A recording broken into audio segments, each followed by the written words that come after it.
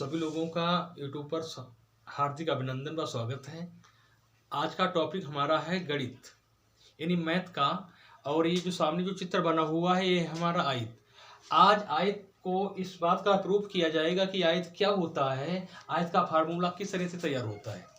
तो सबसे पहले हम आयत के बारे में समझने की कोशिश करते हैं कि आयत क्या होता है।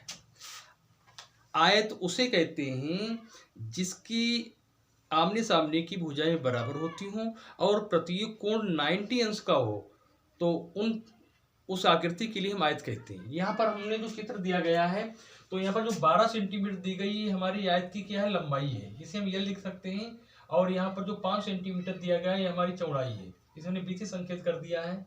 और आयत की शर्त होती है कि आमने सामने की भुजाएं बराबर हों। अगर ये 5 सेंटीमीटर की है तो सामने की भुजा ये हुई है, ये भी हमारी 5 सेंटीमीटर की होना चाहिए।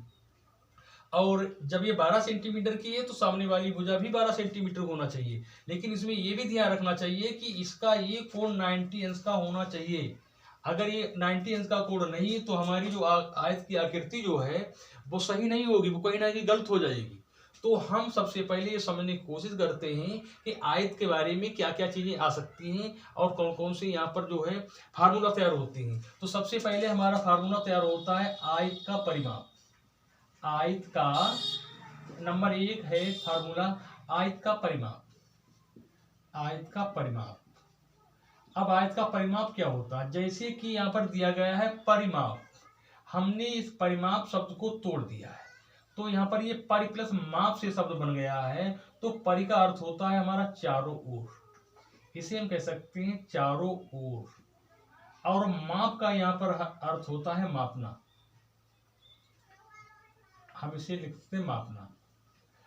अब इस परिमाप का ये अर्थ होता है कि इस आयत की चारों जो भुजाएं हैं इन भुजाओं को हमें माप लेना है, इन भुजाओं की लंबाई चौड़ाई का हमें योग कर लेना है। अगर हम इन सभी के लिए यहाँ से यहाँ तक ये पूरा राउंड एक लगता है परिमाप, यानी इसके चारों ओर हम जो पूरा चक्कर लगा देते हैं तो ये 5 हो गया है, ये भी हमारा 12 हो गया है। तो 12 5 हमारा 17 हो जाता है। 17 में फिर यहाँ पर आ गए हमारा 5 हो जाता है तो हमारा 22 हो जाता है। और यहाँ पर फिर हमारा 12 हो जाता है। तो इसी हिसाब से तो हमारे बने जाएंगे 34। अब हम इसे ऐसे भी लिख सकते हैं, ये हमारी भुजा, ये हमारी लंबाई हुई है, लंबाई हमारी 12 तो हमने 12 लिख दिया है। चौड़ाई हमारी यहाँ से चलती है तो 5 हुई तो 5 लिख दिया है। फिर सामने की भुजा हमारी 12 तो 12 हो गया है। फिर हमारी चौड़ाई 5 है तो 5 हो गया है। तो ऐसे जोड़ सकते हैं 12 और 12 24 और 5 और 5 10 बराबर होते हैं हमारे 34। कह सकते हैं कि आयत का परिमाप हमारा है 34 सेंटीमीटर हो गया है। आयत का परिमाप हमारा हो गया है 34। अब इस परिमाप को हम दूसरे स्तर से भी लिख सकते हैं कि हम मान लीजिए यहाँ पर इसकी ये लंबाई है, इसकी ये चौड़ाई है, तो इसकी सामने वाली चौड़ाई, इसकी ये लंबाई है तो इसकी ये हमारी लंबाई हुई। तो हम परिमाप को दूसरे स्तर से लिख सकते हैं, जब इसकी ये डबल होती तो इसकी ये डबल होती। तो हमने सबसे पहले कॉमन ले लिया है। अब क्या करते हैं, लंबाई और प्लस हमने कर दिया है चौड़ाई। हम इसको अगर तोड़ते हैं तो यही रूप प्राप्त हो जाता है। कहने मतलब ये है कि हमने लंबाई और चौड़ाई को जोड़ने के बाद में हम उसका दोना कर देते हैं। अब मान लीजिए लंबाई हमारी 12 हुई है, चौड़ाई हमारी 5 हुई है, तो 12 5 17 होते हैं। 17 का हम दोना कर देंगे तो हो जाता है 34। तो फार्मूला के हिसाब से हम इस हिसाब से निकालेंगे। लेकिन इस फार्मूला से ये चीज प्रूफ की गई है कि ये फार्मूला कहाँ से कैसे बनता है। तो हमारे लिए लंबाई चौड़ाई के लिए सभी चारों भुजाओं को हमें योग कर लेना है, तो हमारे लिए परिमाप आ जाता है। अब इसके बाद में नंबर 2 बनता है हमारा आयत का क्षेत्रफल। आयत का क्षेत्रफल। अब आयत का क्षेत्रफल इसे किस प्रकार से हम प्रूव करते हैं। तो आयत का सबसे पहले हमें देखना चाहिए लंबाई हमारी कितनी है। लंबाई हमारी है 12 और चौड़ाई हमारी है 5।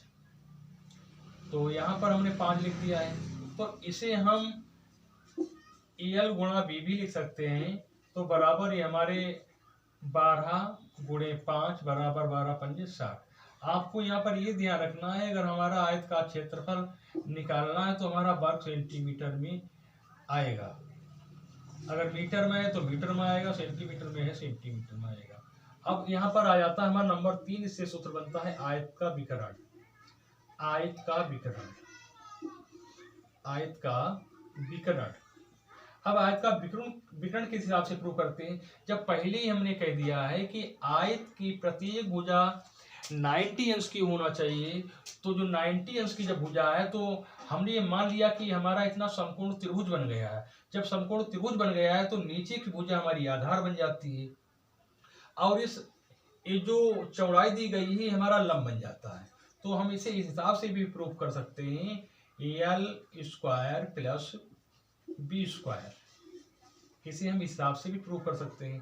तो अगर हमारे लिए जे इस जो L square plus B square इस हिसाब से आया है, जैसे पाइथागोरस प्रमेय जो होती है वो हमेशा समकोण त्रिभुज के बारे में ही हमें बताती है कि सामने वाली जो भुजा होती है वो कर्ण कहलाती है। तो कर्ण यहाँ पर क्या हो गया हमारा, कर्ण ये सामने वाली भुजा हो गई है। ये हमें जब निकालना है तो यहाँ पर ये हमारा क्या होता है, कर्ण बराबर हमारा हो जाता है ए स्क्वायर या बी स्क्वायर, हम ऐसे भी कर सकते हैं, या यहाँ पर दिया गया बी स्क्वायर और प्लस एल स्क्वायर। कहने मतलब ये है कि जब ये सामने वाली भुजा होती है, इसका स्क्वायर इस भुजा का मान लीजिए, इसका स्क्वायर जो होता है एक मानते हैं, इसका स्क्वायर और इस भुजा का स्क्वायर, इन दोनों भुजाओं के स्क्वायर ये आपस में जब बराबर होते हैं तभी हमारा प्रूफ हो जाता है समकोण त्रिभुज। समकोण त्रिभुज इसे हम दूसरी इस तरह से समझ सकते हैं।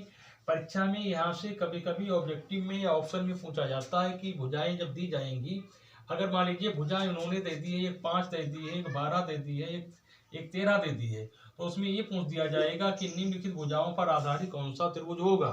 तो यहाँ पर ये प्रूफ किया गया है कि सबसे बड़ी भुजा का वर्ग और शेष दोनों भुजाओं के वर्ग जब बराबर हो जाते हैं तो हमारा समकोण त्रिभुज बन जाता है। तो हमें उम्मीद है कि आयत के संबंध में आप लोगों को भली बात समझ में आया होगा, और इस वीडियो में बस इतना ही। जय हिंद, जय भारत।